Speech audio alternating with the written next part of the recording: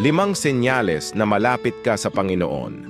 Una, mas nauunawaan mo ang kanyang salita.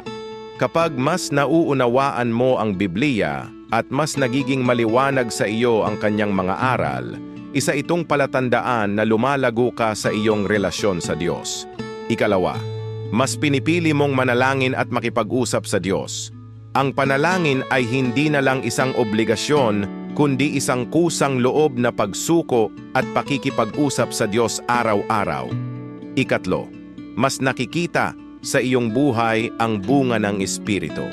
Ang iyong ugali ay mas nagiging mapagmahal, matiisin, mapagpatawad at puno ng kapayapaan.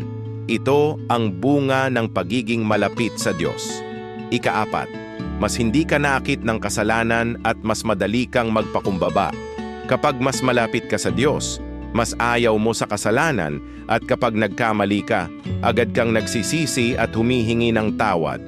Ikalima, mas lumalalim ang iyong pagnanais na paglingkuran siya. Mas gusto mong magbahagi ng kanyang salita, tumulong sa iba, at gawin ang mga bagay na nagbibigay luwalhati sa kanya.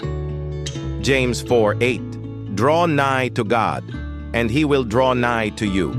Cleanse your hands, ye sinners, and purify your hearts, ye double-minded. Lumapit kayo sa Diyos, at lalapit siya sa inyo. Linisin ninyo ang inyong mga kamay, kayong mga makasalanan, at dalisayin ninyo ang inyong mga puso, kayong may dalawang isipan. Kapag mas lumalapit ka sa Diyos, mas nakikita ito sa iyong pananampalataya, panalangin, ugali at paglilingkod. Ang tunay na pagiging malapit sa Kanya ay hindi lang sa salita kundi sa gawa rin. Anong sa tingin mo ang pinaka-relatable sa iyo sa ngayon? Para sa iba pang videos, please follow us para updated ka. God bless you.